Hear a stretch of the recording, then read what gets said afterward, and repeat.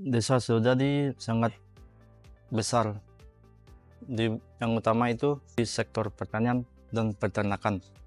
Di sektor pertanian yang mereka tanami itu tanaman padi dan sayuran.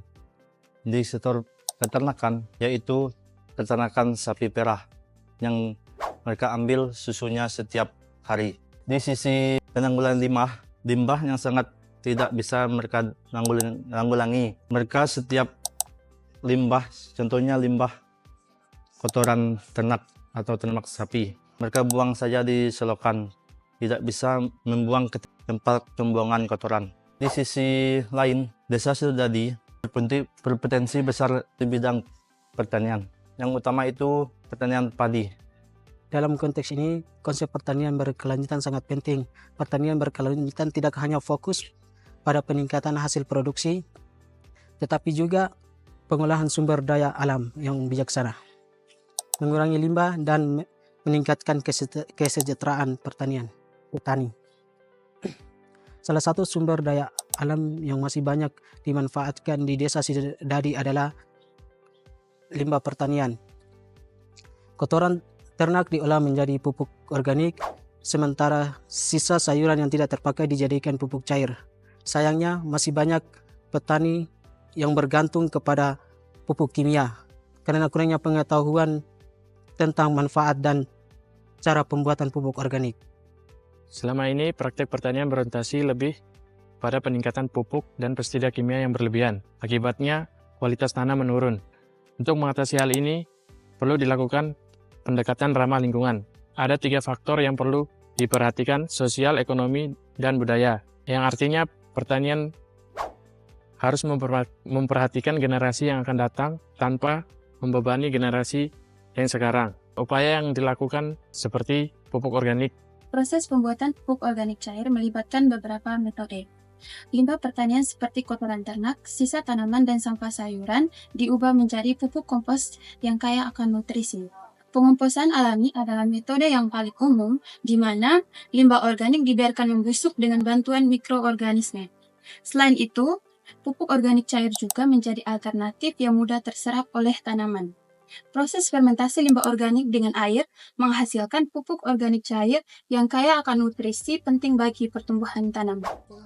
Berdasarkan hasil penyuluhan yang dilakukan sebelumnya, diketahui bahwa pelatihan pembuatan pupuk organik cair sangat signifikan untuk masyarakat Desa Sodadi.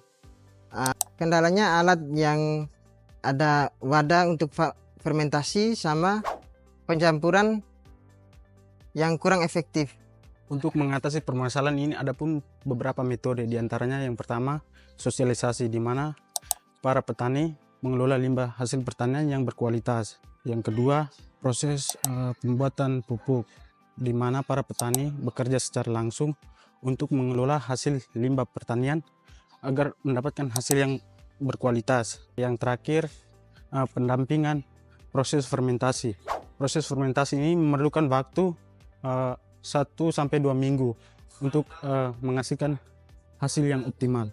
Dalam pengabdian kami selama PMT di Desa Sodadi, kami dapat memperkenalkan cara pembuatan pupuk organik cair dari kotoran ternak dan limbah pertanian. Alat dan bahan yang digunakan seperti molase, E4, sprayer, gunting, karung, galon. Untuk menjaga kestabilan fermentasi, dapat menyimpan kepada tempat yang aman agar hasil tetap berkualitas. Pendampingan selama proses pembuatan pupuk sangat penting. Dengan ini, tim terus membantu petani dalam setiap tahapan, mulai dari persiapan bahan, proses fermentasi, hingga pengaplikasian pupuk ke lahan pertanian mereka. Dengan adanya bimbingan ini, petani dapat mengetahui cara terbaik dalam mengelola pupuk organik untuk meningkatkan kesuburan tanah dan produktivitas pertanian mereka. Hasil dari program ini menunjukkan bahwa petani di Desa Sodadi mulai menyadari pengolahan limbah pertanian. Kini mereka lebih mandiri dalam mengelola sumber daya alam yang tersedia, dan kini mereka dapat menghasilkan pupuk organik mereka sendiri. Selain berkontribusi dalam pengolahan limbah, kegiatan ini juga berkontribusi dalam meningkatkan kesejahteraan masyarakat serta menjaga ekosistem dan mempraktikkan pertanian yang berkelanjutan dan ramah lingkungan. Dengan dukungan dari berbagai pihak, diharapkan Desa Sidodadi menjadi contoh bagi desa-desa yang lainnya dalam mengembangkan pertanian berkelanjutan yang dapat menguntungkan bagi petani dan juga menguntungkan generasi yang akan datang.